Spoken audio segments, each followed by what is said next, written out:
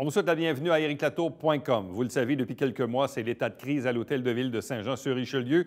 Nouvel épisode lundi dernier. La majorité, le groupe des 9, s'est levé. Après 35 minutes à la suite de l'intervention d'un citoyen, on jugeait que le maire avait perdu le contrôle de son assemblée. Le maire lui-même en pense le contraire. Il se défend et il dit que toute cette grogne citoyenne provient des agissements du groupe des 9. Donc, entrevue de fond avec le maire Alain Laplante.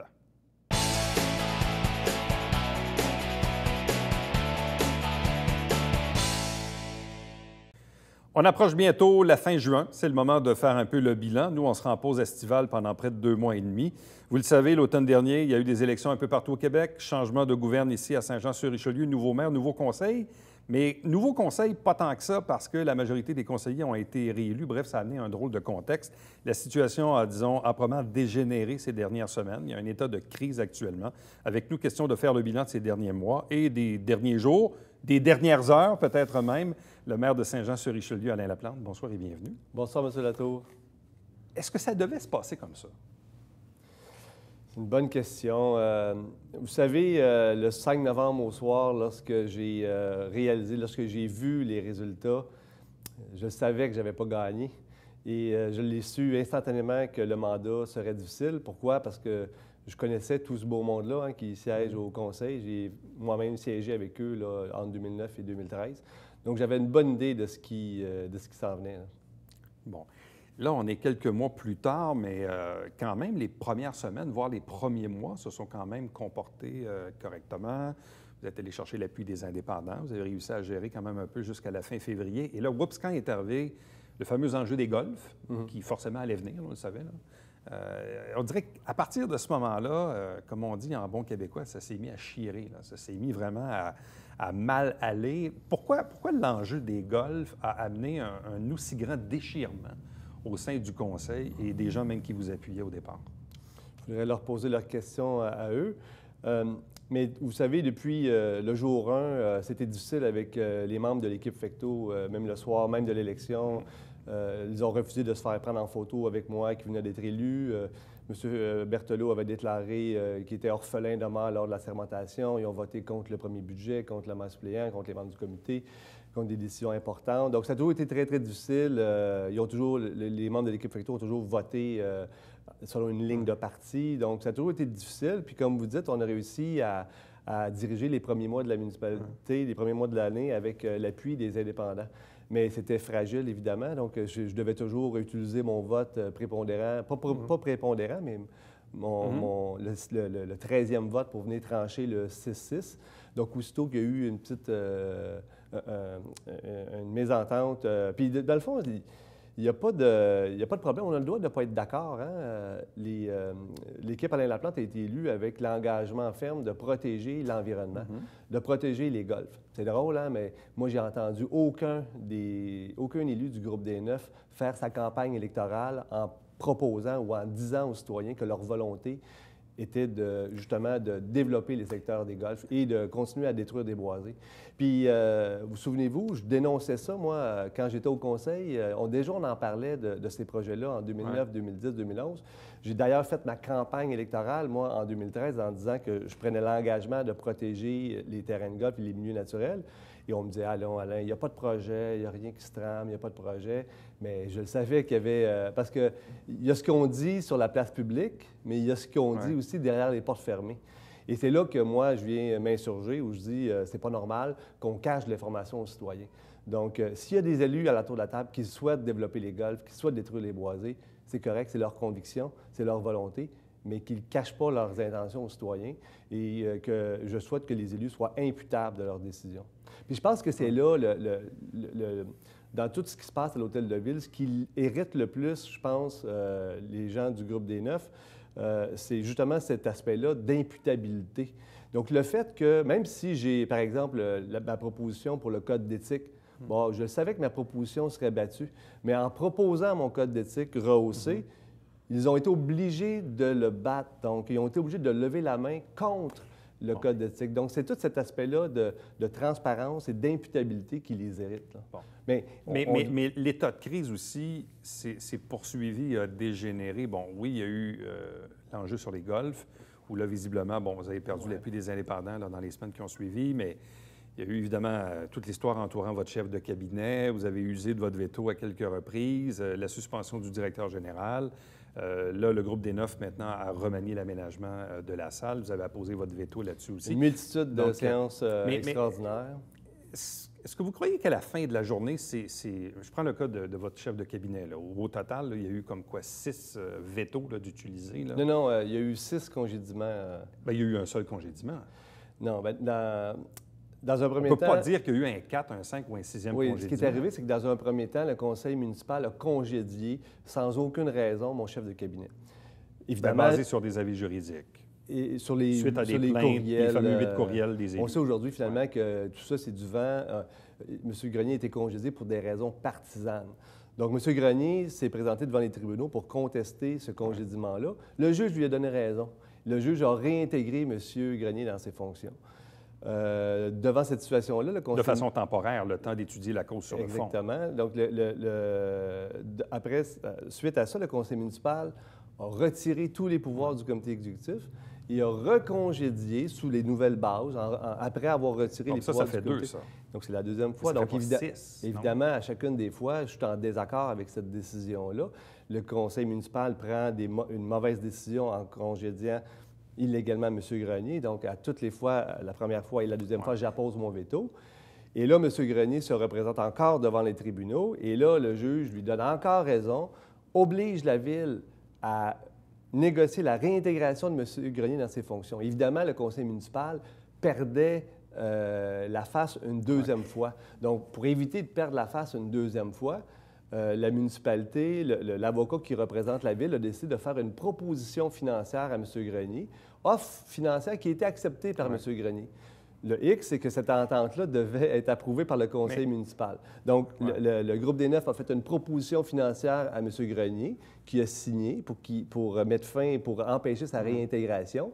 Et là, le lundi suivant, ils ont voté contre leur propre entente. C'est quand même assez inhabituel pour un maire au Québec de faire usage autant de son veto. On dit souvent en politique municipale qu'un veto, oui, le maire est en désaccord, c'est vrai, mais en même temps, le maire gagne un peu de temps pour convaincre ses collègues de changer d'idée à la prochaine Assemblée. Or, dans ce cas-ci, à chaque fois, les votes ont été maintenus sensiblement les mêmes. Encore lundi dernier, sur la prime de séparation de Guy Grenier, sur le fameux 6 mois de salaire, bien, le vote a fini encore 9-4 comme la semaine d'avant, puis ainsi de suite. Donc, à quoi bon faire usage d'autant de vétos quand vous savez d'abord et avant tout qu'à la fin de la journée, ça va être le même résultat? M. Latour, c'est toujours le temps de bien agir. On a toujours le temps de prendre des bonnes décisions. Allez-vous tenter de les convaincre? Bien oui. Et puis, malheureusement, je suis face à une opposition qui est complètement de mauvaise foi. On me dit, Alain, appelle-moi, je les appelle, on ne me retourne pas les appels. C'est du blocage systématique depuis le début du mandat. Donc, comme je vous dis, j'ai toujours espoir, c'est peut-être mon petit côté naïf, mais j'ai toujours espoir qu'on prenne une bonne décision. Puis dans le cas de M. Grenier, là, je l'ai reproposé lundi dernier, là, on aurait pu, une fois pour toutes, mettre fin à toute cette chicane-là. Nous avons une entente négociée entre les avocats de M. Grenier et les avocats de la Ville, une entente qui, à mon avis, qui est financièrement intéressante, qui est bonne pour la municipalité, qui est bonne pour M. Grenier, qui est à même bonne pour l'ensemble des élus. Mais qui devait probablement être plus élevé que le 6 mois de salaire qu'on va lui consentir. L'offre, je peux vous dire oui. Je comprends que c'est confidentiel, mais en même temps, si on fait un calcul dans nos têtes, on se dit, s'ils ont donné un 6 mois, probablement que l'entente hors cours devait être pas mal plus que ça. Exactement. Là. Mais ce que M. Grenier va avoir droit, c'est probablement plus que ce qu'on lui a fait comme offre. Ouais. Parce que l'offre que M. Grenier a acceptée, c'était bien en deçà de ce qu'il réclamait à la Cour. Donc, le fait que même si le conseil municipal décide de recongédier une 5e et une 6e fois M. Grenier sous la base de la clause de résiliation de son contrat, les droits de M. Grenier sont toujours là et il va continuer à les faire valoir devant les tribunaux. À la fin de la journée, Guy Grenier n'est plus chef de cabinet aujourd'hui. Le comité exécutif... c'est pas terminé. C'est pas terminé. Est-ce qu'il va contester encore? Bien, oui, évidemment. En la Ville, en votant, le groupe des 9, en votant contre leur propre offre qu'ils ont faite à M. Grenier, mais il n'y a rien qui tient. Donc, le recours de M. Grenier se poursuit. M. Grenier va aller devant les tribunaux. Chacun des élus va devoir aller témoigner. Le directeur général va devoir aller se faire interroger, puis c'est le processus judiciaire. On aurait pu, lundi dernier, mettre fin à cette chicane-là, mettre fin à l'hémorragie de frais juridiques. Ça va coûter une énormité. Vous avez parlé de 500 millions, c'est pas beaucoup? 500 millions, un demi-million. Bien, je vous dis 500 000, un demi-million, mais c'est quand même déjà beaucoup. Marge, là, effectivement, je corrige, lapsus, mais 500 000. Pourquoi vous avez parlé de 500 000 de frais d'avocat? C'est ce que ça va coûter. Comment frais d'avocat avec ce que la Ville va devoir donner en dédommagement à M.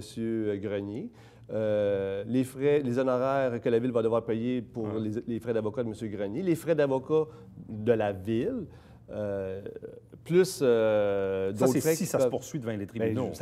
Et vous êtes profondément convaincu que Guy Grenier va continuer sa bataille devant les tribunaux? Bien, pourquoi qu'il refuserait? Ben, je ne sais pas. Je pose la question. Parce que ça prend quand même les reins assez solides, à un moment donné, les frais d'avocat. OK, c'est ça ce que vous dites, dans le fond, c'est que l'intention du Conseil, c'est d'épuiser financièrement M. Grenier. Je ne connais pas l'intention du Conseil. Ce que je vous dis, c'est que pour un particulier, ça n'a pas de bon sens, M. les frais d'avocat, ça coûte cher. Là. Ça n'a pas de bon sens. C'est justement il n'a travaillé que 5 mois. Il a déjà 6 mois de salaire en prime. C'est quand même pas si mal. Non? M. Grenier a un contrat avec la municipalité. M. Grenier a bien fait son travail. Il n'y a aucune raison de le congédier. On l'a congédié pour des raisons partisanes. On ne peut pas faire ça. C'est un congédiement qui est illégal. Okay. Donc là, ce que vous dites, c'est que la stratégie de la Ville, c'est d'épuiser financièrement un individu. M. Grenier, c'est un individu, c'est un père de famille. Il a laissé son entreprise pour venir travailler au service de la municipalité. Un chef de cabinet, c'est important, il contribue à ce que le maire puisse bien faire son travail. J'ai des responsabilités en tant que maire au niveau de la gestion. Le chef de cabinet est là pour m'aider. Mais dans le fond, là, c'est tout ça. Le nœud du problème, le cœur du problème, c'est justement ça. Le groupe des Neufs veut chercher à me nuire, moi, veut m'empêcher de faire mon travail. Et là, on s'attaque à un père de famille et on tente de l'épuiser financièrement. C'est David contre Goliath. Là. Vous avez fait appel à la commission municipale, au gouvernement du Québec, au ministre Coiteux, de dire, écoutez, faites quelque chose. Moi, venez nous aider, là, faites quelque chose. Non, là. Moi, ce que j'ai fait appel au ministre Coiteux. Oui. Pourquoi? Parce qu'on conteste, le groupe des Neufs, la direction générale conteste les pouvoirs du maire qui sont prévus dans la loi, municipale. Quand la commission municipale a décidé de vous envoyer les 2 juges en question, là, vous étiez content de ça? Bien oui, évidemment. Bon, vous les avez rencontrés? Oui. Bon, êtes-vous satisfait de cette rencontre-là? Bien, je suis satisfait de la rencontre. Cependant, les pouvoirs du maire ne sont pas encore reconnus, ni les pouvoirs du comité exécutif. Donc, moi, j'ai des attentes à ce niveau-là. Je souhaite qu'on reconnaisse les pouvoirs du comité exécutif. Je souhaite qu'on reconnaisse les pouvoirs du maire. Et si la commission municipale ne peut pas m'aider, malheureusement, je vais devoir aller... J'essaie de comprendre parce qu'aujourd'hui, puis on reviendra aussi sur la situation de lundi, mais même en réponse sur Facebook aujourd'hui, il y a une personne à qui vous répondiez aujourd'hui, bien, ce qui vous posait la question, est-ce que vous avez rencontré les gens de la CMQ? Vous dites oui. Puis regardez ce que ça a donné. Est-ce qu'on doit en déduire que vous êtes plus ou moins satisfait de la façon avec laquelle ça s'est déroulé? Les juges de la commission municipale sont venus ici pour essayer de calmer le jeu. Exact. Donc, est-ce que vous avez trouvé que hier, le jeu était calmé? Au contraire, le groupe des Neufs a utilisé une autre stratégie, ont décidé de quitter l'Assemblée et de paralyser la Ville. Bon, donc, 2-3 questions rapides là-dessus. Moi, j'étais là lundi soir. C'est rien pour calmer le jeu, on s'entend, là? Est-ce qu'ils ont vraiment une réelle volonté de calmer le jeu? Étiez-vous en contrôle de la salle du conseil lundi soir? Tout à fait, vous étiez là. Mais au moment où Luc Lippé a posé sa question, faisait des rapprochements avec Jean Fontaine, puis la mafia, puis les terrains de Saint-Eugène, puis l'article du Journal de Montréal, puis ainsi de suite, est-ce qu'à ce moment-là, est-ce que vous étiez en contrôle de la salle? Est-ce que l'ordre était maintenu dans la salle? L'ordre était tout à fait maintenu. Est-ce qu'on était d'accord avec M. Lippé? Est-ce qu'on était d'accord avec la question? Est-ce que la question était bonne ou pas bonne? C'est pas ça. C'est pas à moi de juger. Moi, je ne contrôle pas les questions des citoyens. Les citoyens sont libres de venir s'exprimer. Mais vous contrôlez l'ordre de la salle. Tout à fait. Donc, vous savez, M. Latour, les citoyens sont en colère. Hein? Les citoyens, il y a de plus en plus de gens qui suivent les travaux du Conseil. Les gens sont abasourdis de voir le comportement de leurs élus. On m'interpelle partout, mais partout dans la municipalité. Les gens me contactent de différentes façons. Les gens viennent dans la salle, la participation n'a jamais été aussi accrue. Les gens sont abasourdis de voir les actions, les attaques continuelles de mes conseillers. Et puis, bien évidemment, les citoyens sont en colère. Mais même aujourd'hui, quand on regardait sur Facebook, vous avez de vos supporters, là, Mme Messier, M. Cloutier, qui dit « Oui, effectivement, il faut quand même qu'il y ait un certain calme dans la salle du conseil. Il faut que le maire exerce son rôle. » Ça ne veut pas dire qu'on est contre le maire. On est pour le maire, on est pour ses idées, oui, mais il faut que le maire gère sa salle. Moi, je ne gère pas le contenu de ce que les gens disent. Mais si un citoyen dérape, c'est de votre responsabilité de le ramener. M. Lippé a dérapé? Est-ce qu'il, en fait, je retourne la question, est-ce qu'il était à la limite de l'acceptable? Parce que là, quand on commence... Qu'est-ce qui est acceptable? Qu'est-ce qui n'est pas acceptable? Bien, si on fait des rapprochements entre la mafia et un individu, on est à la limite, là, non? Dans le fond, si je me rappelle bien, monsieur... Par prudence, est-ce que vous auriez dû faire de l'arrêter? Dans le fond, c'est ça la question. Est-ce que par prudence, de dire, M. Lippé, attention, vous allez peut-être un peu trop loin, là. Attention à ce que vous dites, non? Monsieur Lippé demandait si Monsieur Fontaine avait eu des contacts avec Mme il a dit qu'il la connaissait. Dimalo. Il dit qu'il savait que c'était qui, mais qu'il n'y avait pas eu de relation. Mais lorsqu'il a décidé d'ajouter la fiche de promotion, de vente et de location du projet du Carrefour Saint-Eugène, il savait que ce terrain-là appartenait à Nathalie Dimalo. Bon, il a répondu à la question. Ensuite, M. Lippé a invité les citoyens à se mobiliser, à sortir dans la rue. On est en démocratie, les citoyens ont le droit de manifester, les citoyens ont le droit de s'exprimer, de faire des manifestations. Donc, c'est pas inacceptable, c'est pas déplacé qu'un citoyen interpelle ses compatriotes pour aller Donc, pour vous, le ton ou le contenu de l'intervention de Luc Lippé était correct? Bien, les gens sont libres de s'exprimer. Il faut comprendre qu'on est en démocratie. C'est normal, souvent, les élus, les conseillers font des altercations avec des citoyens dans la salle, interpellent des citoyens dans la salle, les citoyens réagissent. C'est ça qu'il faut arrêter. On peut-tu arrêter de discuter avec les gens directement un à un avec des citoyens dans la salle? Les citoyens, les élus ont un temps de parole, ils ont un message à livrer, qui livrent leur message.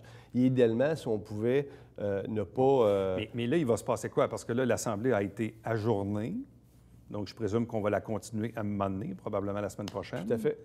Cette réunion devra se poursuivre éventuellement. Mais là, il va se passer quoi? Parce que est-ce qu'on va reporter la période des questions un peu plus tard? Est-ce que vous avez même dit aujourd'hui dans votre communiqué que, bon, on se rapproche d'une tutelle? Est-ce que vous pensez vraiment qu'on est là? Hier, ce qui s'est passé, c'est que les groupes des Neufs étaient en désaccord avec ce que M. Lippé disait et ils ont décidé de quitter sur cette base-là. Bon, est-ce que le groupe des Neufs va décider de quitter à toutes les fois qu'ils seront en désaccord avec un citoyen? Si c'est ça... Est-ce que c'était un désaccord avec les citoyens ou c'était plutôt le fait qu'il parlait fort, qu'il hurlait, que les gens applaudissaient, etc.? Est-ce que c'était pas plus l'ambiance dans laquelle on était hier? On ne peut pas empêcher les gens d'applaudir dans la salle. On va demander aux gens, venez assister aux audiences du Conseil, mais soyez silencieux. Vous dites, j'anticipe que la Ville sera rapidement mise sous tutelle. Non, mais lisez le début de la phrase. Oui, vous dites, si les 9 conseillers s'obstinent à quitter les séances à chaque fois, qu'ils seront en désaccord avec une intervention citoyenne, c'est vos dires, j'anticipe que la Ville sera rapidement mise sous tutelle. Exactement. Donc, je répète ce que j'ai dit.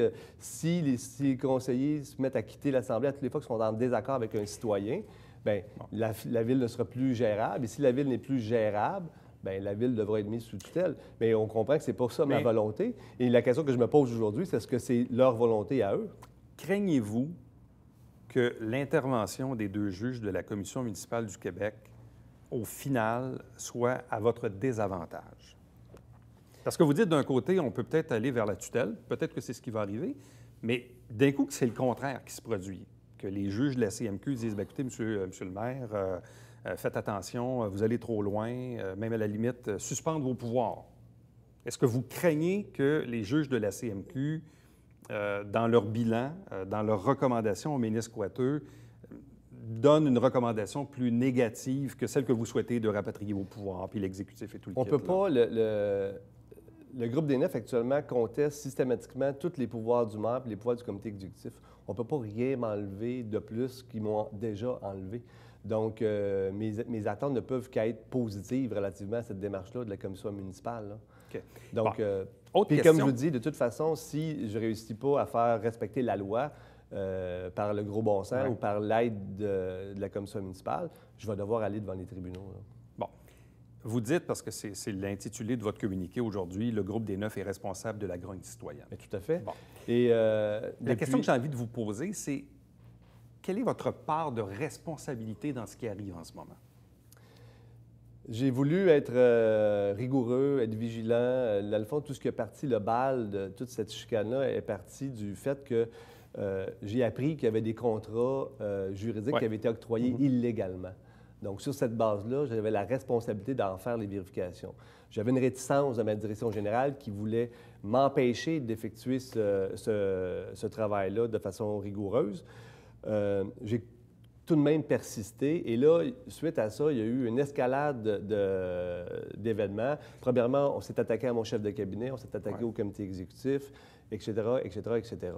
Donc, c'est quoi ma responsabilité? D'avoir été rigoureux, d'avoir été vigilant, d'avoir fait ma job? Oui, j'assume cette part de responsabilité-là. Ensuite, tout ce qui arrive, toutes les attaques, toutes les séances extraordinaires, c'est les initiatives du groupe des 9. Donc, là, les citoyens voient ça aller, voient les blocages systématiques, voient les attaques systémiques. On s'attaque au chef de cabinet illégalement, on dit n'importe quoi en séance du conseil. Évidemment, les citoyens sont en colère. Là, après ça, le groupe des 9 me dit, bien, Alain, calme les citoyens. Attendez, vous, par vos actions, vous mettez les citoyens en colère. Et là, ce serait ma responsabilité à moi de calmer les citoyens. Bien, voyons. Mais là, il va se passer quoi dans 2 semaines, 1 mois, 2 mois, 3 mois? Hey, vous savez... Là, on est dans la boule de cristal, mais... Moi, ils sont toujours en train de me surprendre. Là. On pense qu'ils ont été au fond du baril. Non, non. Encore hier, ils ont décidé de quitter Est-ce que la médiation est possible? Bien, j'imagine que oui. Mais pour aller en médiation, il faut que tout le monde fasse des compromis. Mais vous voulez que je fasse des compromis sur quoi, M. Latour? Bien, je ne sais pas. Je vous pose la question, Qu'est-ce qu'on me reproche? Bien là, dans le cas de lundi, visiblement, c'était la façon de gérer l'Assemblée. On ne peut pas faire taire les citoyens. Vous ne pouvez pas me demander de faire taire les citoyens. On est en démocratie.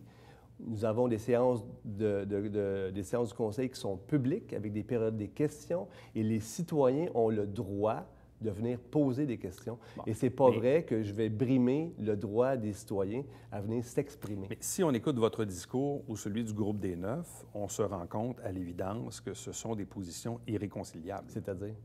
Non, mais j'écoute votre position où on écoute, je suis sûr qu'on aurait le groupe des 9 puis on aurait le discours opposé. Mais à la fin de la journée, est-ce que la médiation est possible? Honnêtement, moi, aujourd'hui, j'en doute. Parce que vous avez des positions qui sont tellement aux antipodes qu'on se dit comment ces deux factions-là peuvent-elles se rapprocher? Je ne négocierai pas la démocratie. Je ne négocierai pas la transparence. Je ne négocierai pas l'honnêteté. Jamais. Jamais. C'est ça qu'ils souhaitent? Est-ce que c'est ça que le groupe des 9 souhaite? Mais pendant ce temps-là, la Ville doit avancer, il y a des projets. Raison. Puis vous savez, la Ville fonctionne, puis on n'a pas besoin de mettre la Ville en tutelle parce qu'on s'entend sur la plupart des dossiers. On a voté le plan triennal des mobilisations hier, ça a bien été.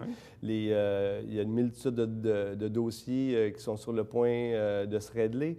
Des dossiers judiciaires qui sont sur le point de se régler. Il y a plein de bonnes choses qui arrivent.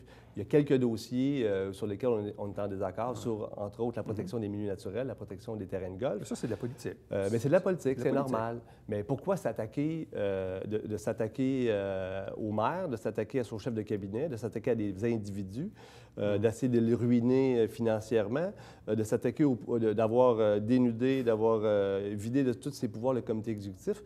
Pourquoi m'empêcher de pouvoir faire des vérifications? Pourquoi? Je ne comprends pas leur motivation à agir ainsi. Là. Puis moi, je ne comprends pas, puis les citoyens ne comprennent pas, puis c'est pour ça que les citoyens sont en colère.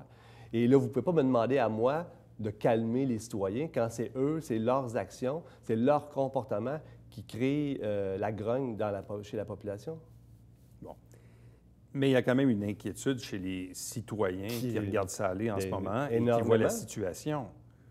Énormément. J'ai aujourd'hui reçu un appel d'un citoyen de Sherbrooke, d'ailleurs, je n'ai pas encore retourné son appel.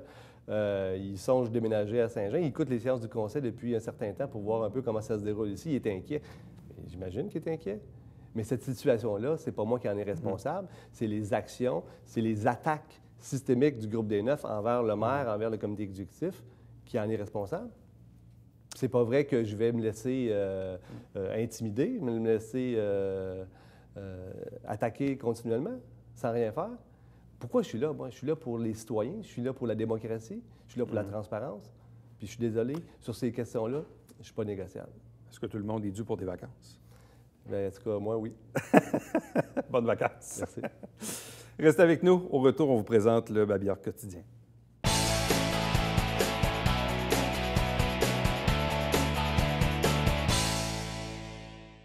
Mesdames et messieurs, bonjour et bienvenue à la Justice entre nous. Mon nom est Serge.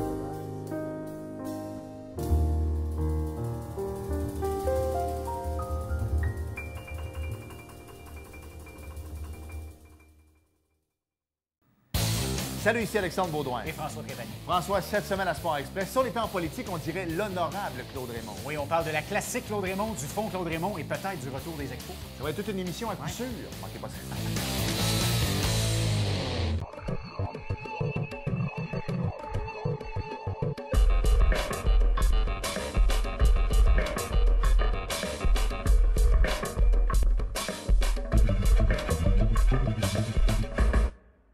Mesdames et messieurs, bon matin et bienvenue à votre télébingo sur les ondes de télévision du Haut-Richelieu. Vous aimeriez jouer au bingo dans le confort de votre foyer? C'est possible. Tous les dimanches matins, 9h30, à la télévision du Haut-Richelieu, maintenant en haute définition au 609. C'est 4 000 $ en prix à chaque semaine. Pour vous procurer les livrets du télébingo, c'est facile. Consultez la liste de nos 30 dépositaires au www.tvhr9.com.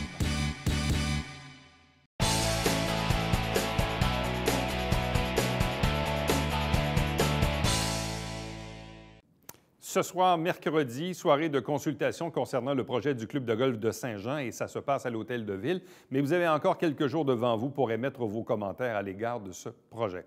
Je vous rappelle également qu'à chaque dimanche matin à 9h30 en direct, c'est le Télé Bingo avec 4 000 $ en prix. Et nous, notre prochain rendez-vous pour ericlatour.com, c'est bien sûr demain. Bye bye.